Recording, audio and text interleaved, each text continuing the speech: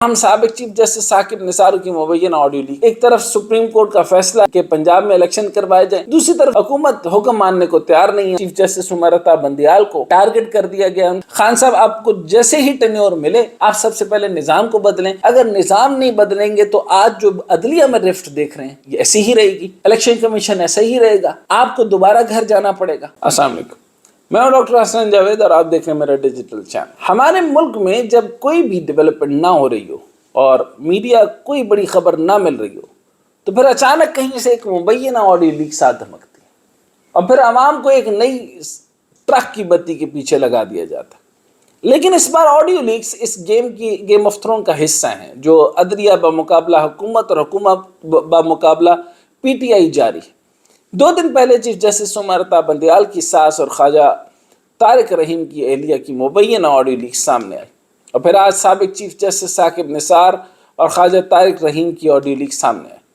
Chief justice کی ساس کی مبینہ آڈیو لیک تو آپ نے سنی لی ہوگی اور اس پر تبصرہ بھی آپ نے سن لیا ہوگا، تاہم سابق چیف جسٹس ثاقب نثار کی مبینہ آڈیو لیک میں کیا ہے یہ آپ کو سنوا دیتے ہیں۔ سابق چیف جسٹس ثاقب نثار اور وکیل خواجہ طارق رحیم کی ایک اور مبینہ آڈیو منظر عام پر آ گئی۔ مبینہ آڈیو لیک میں ثاقب نثار کہتے، خواجہ ایک بات کہنا چاہتا ہوں، خواجہ طارق رحیم، ہاں ثاقب نثار ایک ججمنٹ ضرور دیکھ لینا، 7 ممبر ججمنٹ ہے۔ خواجہ طارق کتنی؟ جی question mark of course. Saqib Nisar ji یہ سو موٹو ہے گا نمبر 4 آف 2010 سر، یہ 7 نمبر ججمنٹ یعنی 7 number judgment 2012 supreme court page number 553 پر رپورٹڈ ہے۔ خواجہ طارق اچھا جی میں دیکھ لوں گا۔ ثاقب نثار آپ کو جو بھی وکیل ہے اسے کہیں ذرا یہ دیکھ لے اس میں ہے کہ بھی نہیں، چلو خیر جب آپ وہ پڑھو گے تو خود پتہ لگ جائے گا۔ خواجہ طارق میں پڑھ لوں گا، میں نے وہ 7 ممبر بینچ والی ججمنٹ بھی دیکھ لی ہے۔ اس میں انہوں نے کہا کہ جب تک ایکٹ نہیں بنتا، اس سے اگر غور سے پڑھیں تو کلاس 3 میں ہے۔ ثاقب نثار جی خواجہ صاحب اس میں انہوں نے رستہ بھی دیا ہوا ہے، وہ دیکھ لینا ذرا۔ ثاقب نثار وہی تو وے آؤٹ ہے نا، ورنہ تو کیس ہی نہیں بنتا۔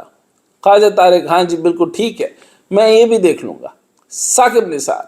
اور دوسرا خواجہ صاحب اگر آپ کو کوئی بندہ تیار ہو تو منیر احمد خان والا بھی استعمال کر لو، توہین عدالت کا بالکل کلیئر کیس ہے۔ خواجہ طارق وہ بھی ہو رہا ہے۔ ثاقب نثار کل جو کچھ ہوا آزاد جموں کشمیر میں، اس کے بعد تو کوئی خواجہ طارق ہم صرف 3 ممبر بینچ کے حکم کا انتظار کر رہے ہیں، اس میں مزید گھنٹہ آدھا گھنٹہ لگ سکتا ہے، اس کے بعد ہم توہین عدالت کیس فائل کر رہے ہیں۔ ثاقب نثار چلو ٹھیک ہے، شکریہ سر شکریہ۔ اب ذرا اس 2012 کے سو موٹو پر 7 ممبر ججمنٹ کو بھی دیکھ لیں کہ وہ کیا تھی۔ تو صفحہ نمبر 33 پر 2012 کی 7 ممبر ججمنٹ جس کا سابق چیف جسٹس ثاقب نثار اپنی مبینہ آڈیو لیک میں حوالہ دے رہے تھے کہ وہ یوسف رضا گیلانی کی بطور وزیر اعظم توہین عدالت پر نااہلی یا ڈسکوالیفیکیشن کی ہے، اور کہا جا رہا ہے کہ ثاقب نثار مبینہ ٹیلی phone call P T I کے وکلاء کو وزیر اعظم شہباز شریف کی توہین عدالت پر نااہلی کے حوالے سے مشورہ ہے۔ اب یہ وہ مبینہ ڈسکشن جس پر اب طوفان اٹھا ہوا، کیونکہ ٹائمنگ ہی ایسی چل رہی ہے۔ ایک طرف سپریم کورٹ کا فیصلہ ہے کہ پنجاب میں الیکشن کروائے جائیں، دوسری طرف حکومت حکم ماننے کو تیار نہیں ہے، اور سپریم کورٹ کے حکم کے باوجود Supreme Court practice and procedure bill کو نافذ بھی کر دیا گیا، اور اب سپریم کورٹ نے 27 تاریخ تک حکومت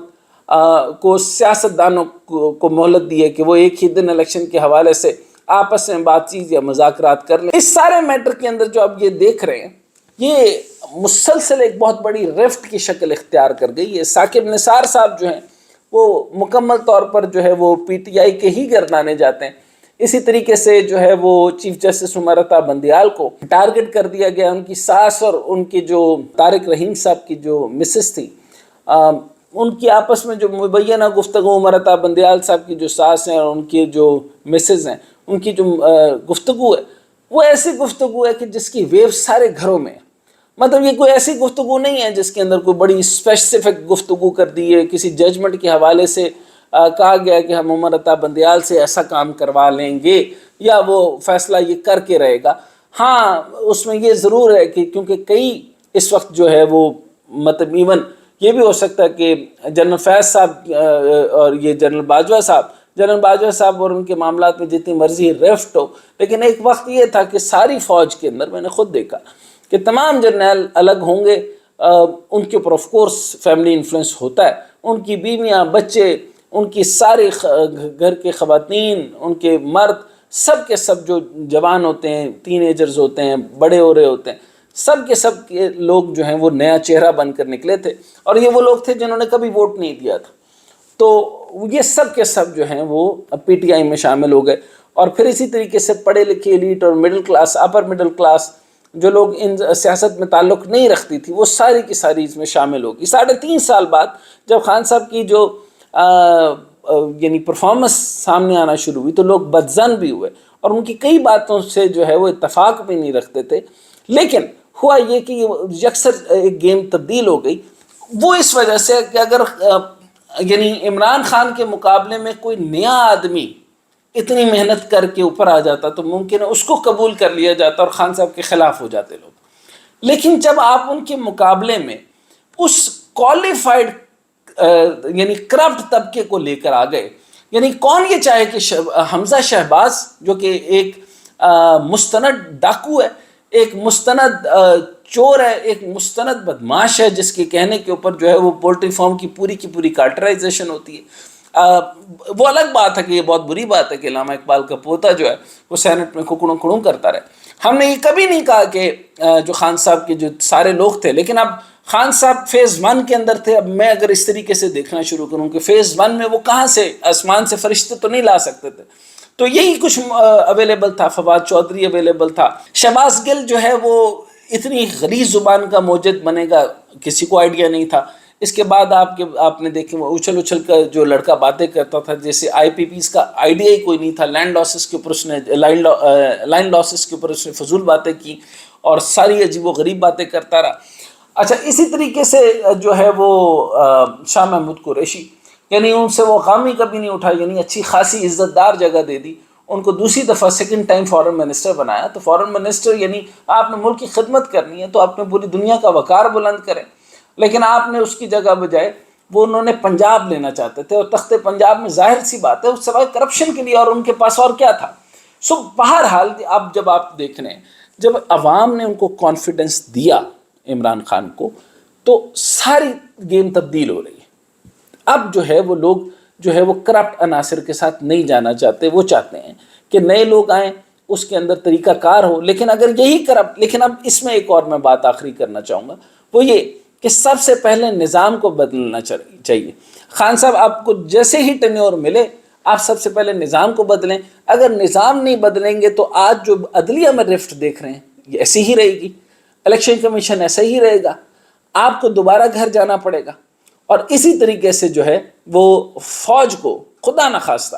یہ پوری کوشش کر رہا ہے شریف خاندان کہ پاک فوج کو جو ہے وہ پنجاب پولیس بنا دے، اور یہ خدا نخواستہ اگر ہو گیا تو پاکستان میں ہمارے پاس فوج کے علاوہ تو ہے ہی کچھ نہیں، اور اگر یہ انہوں نے ایسا کر لیا تو یقیناً جو ہے، اور کچھ لوگ جو کہتے ہیں اگر خان صاحب غلط کھیلے، جو کہ مجھے امید ہے کہ وہ نہ کھیلیں، لیکن زیادہ یہ بھی